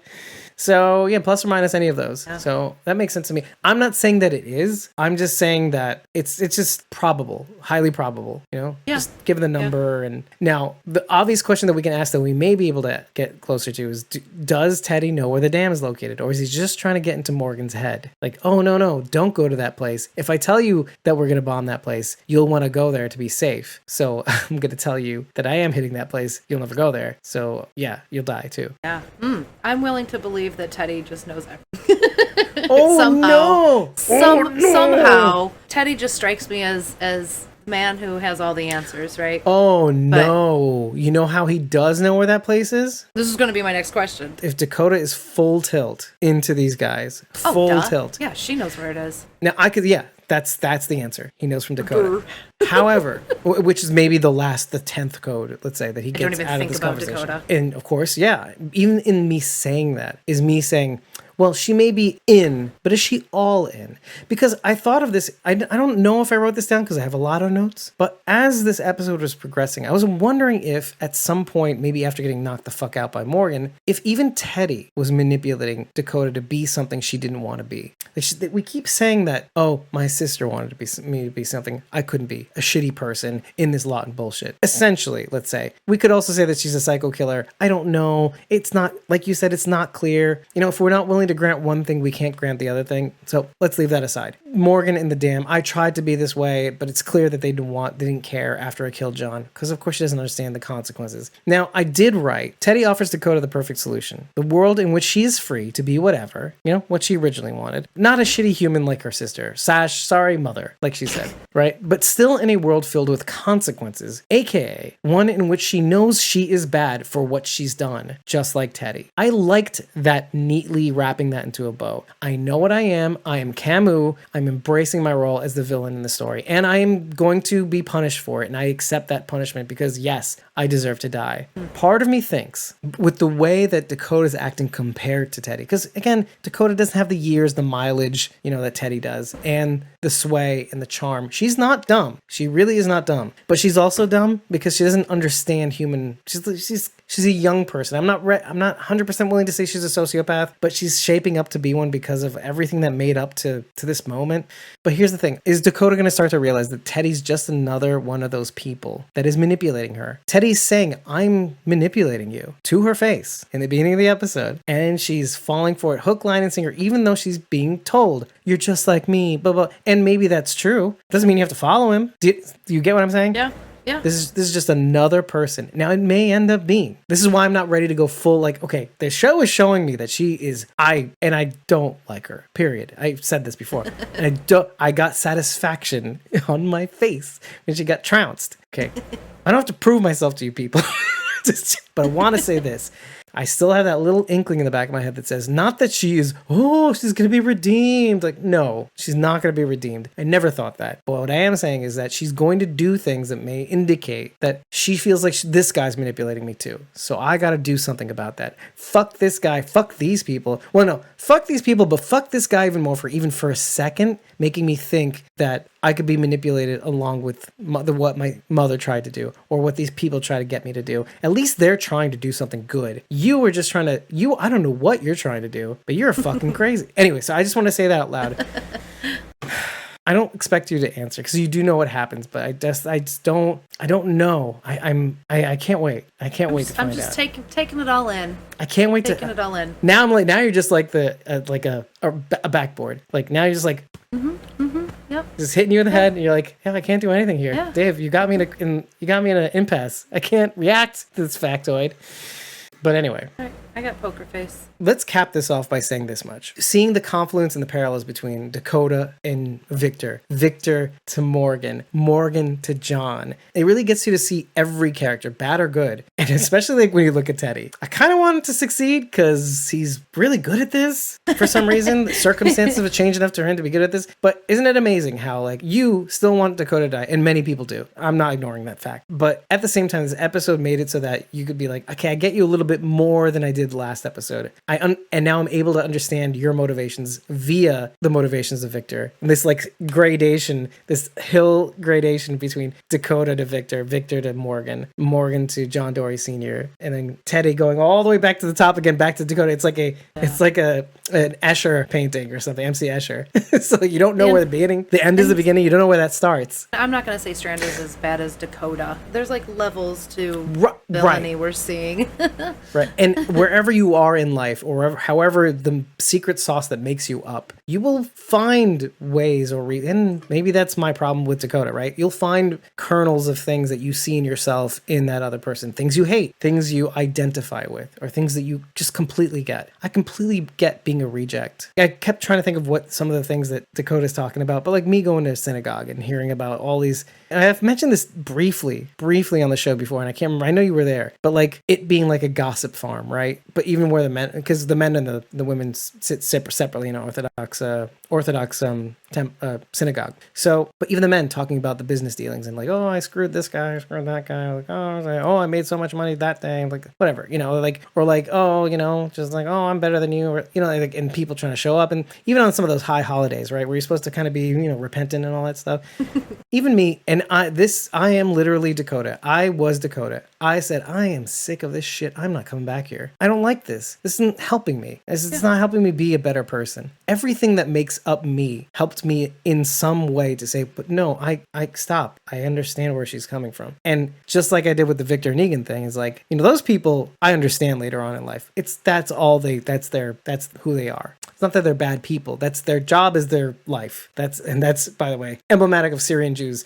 Is like, that's, if you get them to retire, they die the next day. That's who they, well, I mean, I'm speaking figuratively, but hyperbolically, but like, people like that sort of, right? What I'm saying is that when I compare that feeling to what Dakota's going through, I actually understand her way better than I understand myself. Like, I don't want these people to die, and I don't want to kill people. I don't want to run away that badly if it means eventually understanding them. But like Dakota being around these shitty people trying to do shitty things for themselves because they can, up to the point where like they feel like you have to murder somebody to get away. She wants to keep me here. I don't even understand why she wants to keep me here. I get that a little bit more, and that's why I was always like, I don't know how to feel about that. Anyway, so I just wanted to say that out loud. So, because even I'm trying to figure out, what is it? Like, I'm at the doctor's office. I'm at the psychologist's office right now, trying to figure out what is it about me that doesn't want to go that far. I don't even understand it fully. Like, I understand bits and pieces, like, oh, killing kids is bad, Sharon D. I'm going to end off with two things. One, the hilarious line between Sarah and Daniel. She says shit on a stick and is crying. I don't know if you noticed that. It's a resolution thing, but she does seem to have a little tear here. And Daniel goes, that's a pretty big stick. I like that he has humorous lines. I don't care what anybody says on Reddit about, oh, you took a badass guy from, down under the South America, fighting with CIA and being a murderer guy with torture and shit, and you turned him into a comedy act. I'm like, fuck you. This is the best version of Daniel Salazar, a guy that knows how to joke and loves his daughter and wants a replacement daughter. Fuck you in your face. The apocalypse is supposed to change you. It did that. Daniel would even Salazar, say that. hopefully. But here's the thing.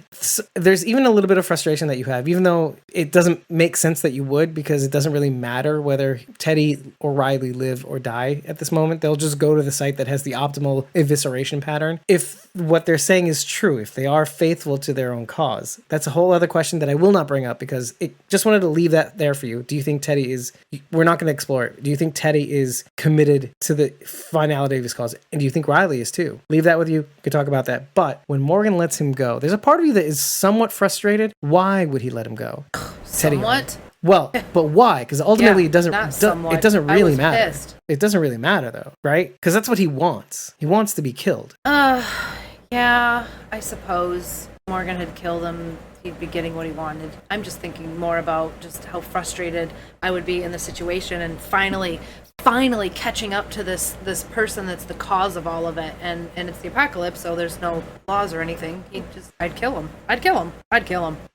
Right. I would. But why? Now I get why Morgan wouldn't, because there's two things that at play here. One is the concept that I brought up last week about Alicia. If Teddy pushes Morgan to kill him and Morgan gives him what he wants, well, fuck you. I'm not going to give you what you want. I'm going to let you go, right? There's a little fuck you. You're not dying today because I know you want it. Okay, let's put that to the side now. I think if there's a chance of him trying to figure out at least one or two of the spots that are going to be nuked, follow Teddy and Riley, because that's where they should be heading to. Again, leaving you with that question, audience. Will Riley and Teddy live up to that promise of eviscerating themselves? We'll see. Human nature sometimes takes over. But I will say, if he's to know exactly where not to go, then he'll go at least somewhere else. That's the question. So that's why I think he lets them go. He may be giving Alicia one last visit, so it could be also a chance for them to find out where she is. That's another idea. That was my first one. I just wanted to do the other one, so it'd be like, okay, well, maybe they should know where not to go. Put like a tracker on him or something. I don't know. But I thought that was interesting because how else are you going to know? Oh, we'll capture Riley on the way and then make sure they're following the plan, and then we'll find out where the Franklin Hotel is. I don't know. But it was worth bringing up because part of you was frustrated, but your logical brain is kind of like, I don't know why. I don't know why. I was frustrated because it doesn't make sense to him. Because I probably would have killed him, right? Like, I mean, they just went through all this bullshit to try and stop this shit. You know, they fired one off, and I mean, I would just be so frustrated. Like, I would take all my frustrations out on Teddy and kill him. I wouldn't even think about, oh, this is what you want, I shouldn't do it because that's what you want. Like, I would just be so emotional and raged out.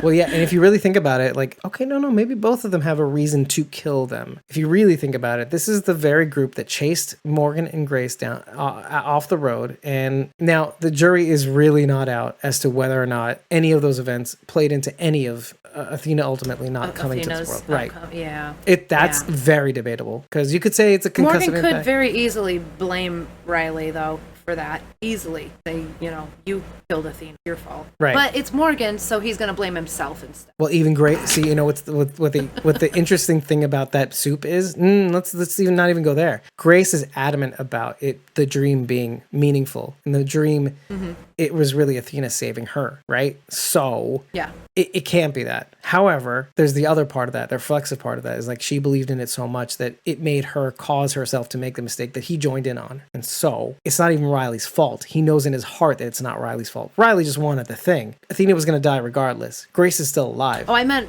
more in terms of the explosion, the car explosion that they left. But like I said, it's highly debatable too. It's highly debatable. It is. Yeah, it is. Yeah. But it would be easy for Morgan to blame Riley because of that. And I think even Grace, well, that's what I was trying to say before. Grace knows that the majority of the damage to Athena was because of the radiation. And the facts bear out. We brought them up. We said, ionizing radiation, most common in radioactive nuclear reactors. But still, so he knows the truth. He can't run away from it. He's Morgan. He knows that he can't. He doesn't kill to kill. Morgan needs a pretty good reason to kill. It took that much for him to kill Emil. And this is somebody determined to try to capture and kill him and put his head in a box. So that's that. But Victor, interestingly enough, and this really supports a little bit of what I was trying to say before, is that like he's not even able to pull a Cole, and he likes living enough, being Victor.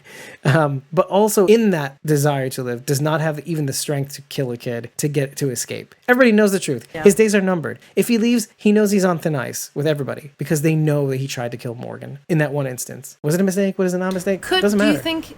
Do you think he could convince everyone that Dakota's just a liar, though? I mean, obviously, because Morgan comes on the radio and is like, "Grace, I'm fine. I'm right here." I'll say this much. Though that's really what you just said now about Morgan goes, oh, she was lying. Like, it depends on whether or not Morgan complies. And this is what I was saying before about Victor having goods on Morgan at this point, and they both have reasons to kill each other, which again might cancel out. Right? I don't know. Like, Victor can want to kill Morgan so that he doesn't confirm, just so he doesn't tell the truth. Right? Yeah. And then Morgan could kill Victor for the mere fact that he tried to kill him, B, because he knows about Grace. Right. Which I know is kind of loose, but still matters. Well, I feel like that would be important to Morgan. Whether or not it's important to us, exactly. It would be that important to Morgan. Right. Okay. I like that. That's kind of cool when you think about it that way. But the biggest thing that Victor has over these guys is that, well, both of them, right? Yeah, I love that. That's a good parallel too. Yeah. Thank you. But the big thing is that Victor not killing these guys listening to Morgan. First of all, he's submitting now. He's saying, it was always going to be you, I guess. It was never going to be me. Okay. Strando Calrissian complies. Which is kind of a parallel to the movies as well. Lando isn't as bad as people thought he was. He did the right thing in the end. Anyway, but Strando Calrissian lives. He had the most to gain from killing these guys. I mean, part of it is he doesn't do it because if there's any chance of them finding Alicia, keeping them alive would be that chance, okay. But for making them put him into position enough in order to be a type of person that's to go even further than he tried to do with Ginny, could make him very resentful, considering what he felt like he had to do with Morgan. So I'm trying to put myself in his position. And in a sense, I'm kind of impressed with that he's submitting at this moment, because if it was me, I'd be so fucked up that I would kill them anyway. Because all the people that they've tried to push me to be, kind of like Dakota, in order to gain this. Wow, again, another parallel between Victor and Dakota. I need to be this way in order to save all of you, or I need to be this way to save you, Alicia. Well, and Strand said that earlier in the season. I can't do what I need to do with you around. Right. That's why he sends Alicia away. Right. The exact same reason why, again, misunderstanding Alicia and Morgan, or their relationship and how connected they were. Just like Cole did with Alicia earlier. It's like, oh, you didn't know all of Madison. You didn't know all of Alicia. I think we clobbered this motherfucker to death. Thank you for joining us, first of all. I really appreciate that you guys make it out here for these episodes, listen to them, the premieres. I can't even tell you how thankful I am. I'm in many senses. In senses that I should appreciate more than anything else. I should appreciate your attendance so much more. And I try to. When I see the numbers and I get lost on numbers, I think of all of you who are consistent and loyal and love what we try to do. And if you do, really, really do appreciate what we're doing here. And if you have any comments too, head over to ratethispodcast.com/squawkingdead. And if you just want 5 stars on Neck Plan is all you need to do, but please use it as a communications device. After every single episode, it really has helped. I will be posting these reviews throughout the weeks as they come out. I find that people like it when they see you succeed, especially if they like you. If they like you, well, yeah, they feel like they did the thing too. I think that's the most selfless expression of selfishness too. It's like, they're my friends and they're succeeding, so I feel like I'm succeeding, right? It's kind of like when you're watching the show when Alicia's kicking some ass, you're like, that's my girl. I'm so proud of you. I have no stake in the game. I'm literally watching this through a pane of glass or whatever.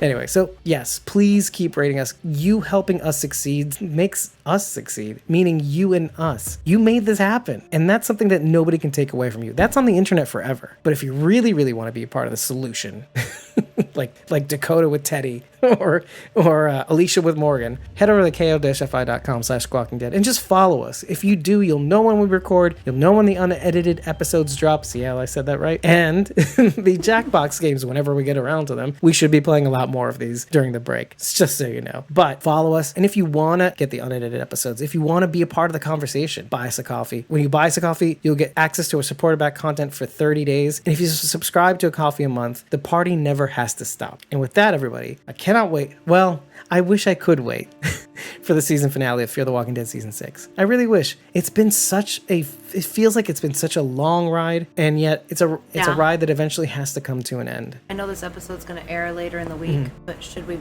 wish Alexa happy birthday anyway, since today's her actual birthday? I think you should. I think we should. For the people that have, from the OGs like Squawking Dead contributor, Sharon D, aka Blazy Gardner, for those people watching the unedited episodes, happy birthday, Alexa. Yeah, happy birthday. Happy 15th birthday. I said it online, and I'll say it again now. I said it everywhere. Yeah, and I'll say it till the end of time, or at least until next birthday. Well, I guess technically her birthday was over 25 minutes ago. David.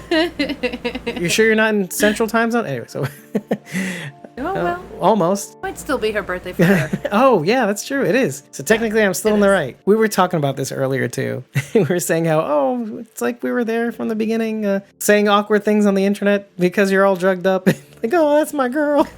No, but we were like, I know things are still kind of iffy on the COVID front and everything, but we really do hope that it was a good one. We love seeing you grow and succeed. And if you ever need anything from us, we're here for you. That's all I'm going to say. I could give you old man advice to the cows come home, and you could be like, 15. But let's be honest, she could probably be giving us some advice. She's so mature and beyond. Yeah, some people, some kids have that. right? That little bit like, whoa, where is this coming from?